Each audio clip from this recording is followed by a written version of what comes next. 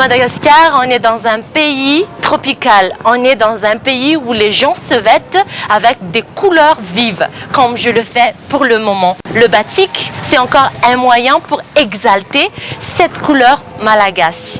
Donc aujourd'hui, on va découvrir ensemble cet héritage indonésien qui était comme origine, donc c'était à Java, mais bien également à Madagascar, on le connaît. Sans vous faire attendre, Canal Austral, c'est maintenant. Let's go!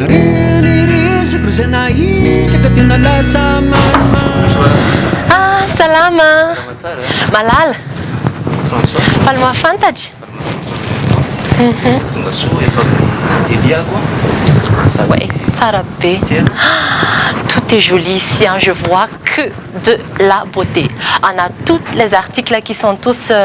tout ça, c'est du batik. Oui, c'est du batik. C'est du batik. Mais pourquoi pas, on va montrer à nos amis comment vous procédez pour faire des jolis objets comme ça. Ça vous dit de faire une petite démonstration? Oui, on va faire une démonstration. Allez!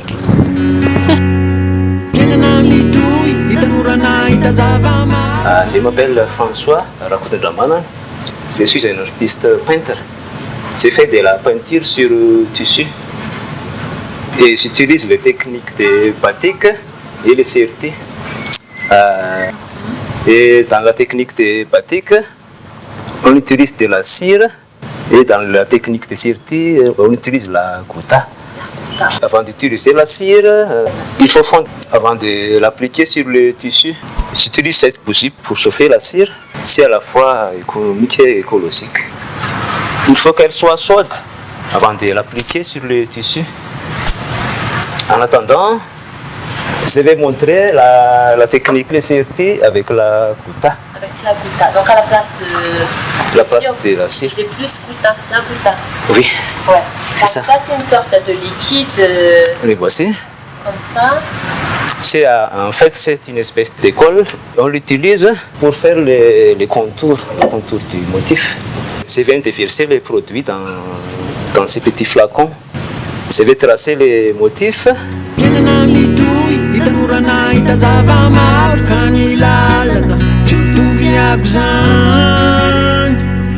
de mettre la couleur, il faut les laisser sécher pendant quelques minutes.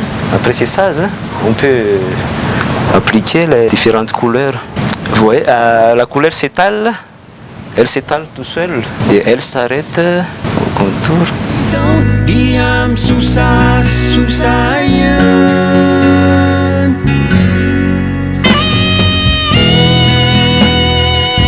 Voilà les motifs. Voilà l'autre côté. Voilà pour cette technique. C'était les CRT avec la gouta. C'est une autre technique. La cire est déjà chaude. Et je vais montrer comment on fait les batiks à la cire. J'utilise ces pinceaux pour appliquer la cire. Je dessine des têtes de zébu. Donc, si je comprends bien, le mot batik, ça peut se définir comme une technique d'impression sur tissu, en utilisant la cire pour masquer certaines parties qu'on ne souhaite pas que ce soit coloré avec d'autres couleurs. Hein, c'est ça, François? Oui, c'est ça, oui. On éteint la bougie. La cire, elle est appliquée. Et maintenant, je vais appliquer la teinture. Ces teintures sont spéciales pour les tissus, pour les cotons.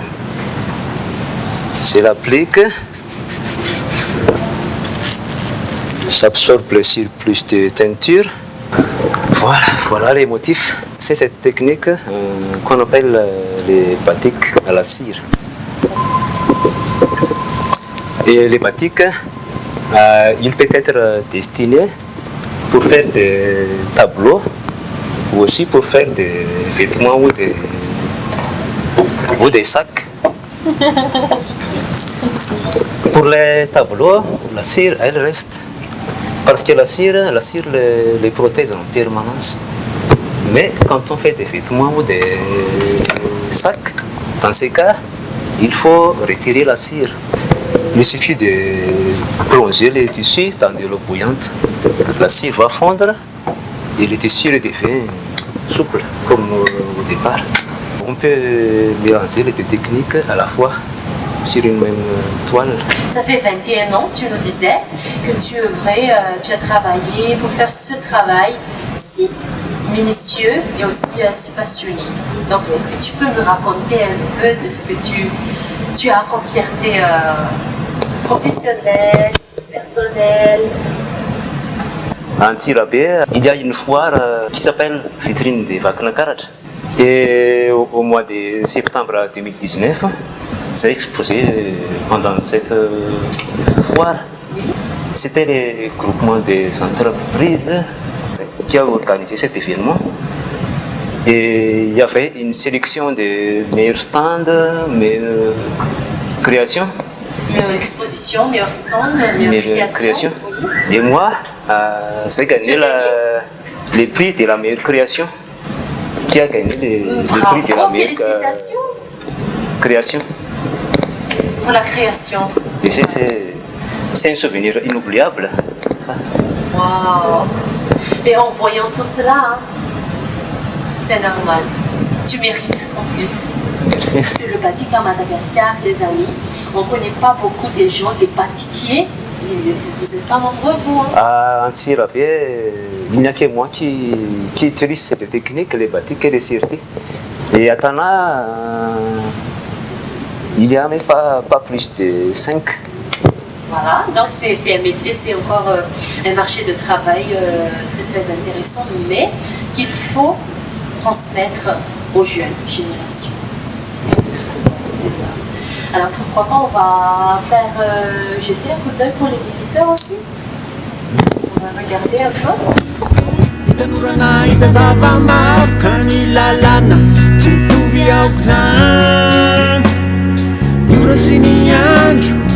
Volana sy ny taona dia misosasosa ihany Zahay lasa tsambo fa elona tsy niverina teto an-tanàna ka mitady tanana mba hitantana ny tiana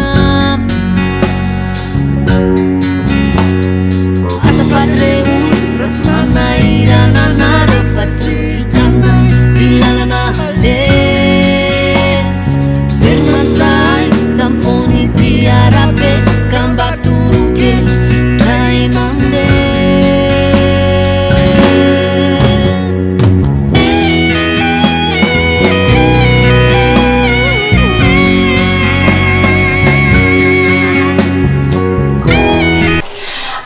Voilà les amis, sur ce que s'achève notre émission pour aujourd'hui. Je vous donne toujours rendez-vous sur Canal Austral TV pour les prochaines émissions encore plus intéressantes. À la prochaine fois. Au revoir et bonne continuation sur Canal Austral TV.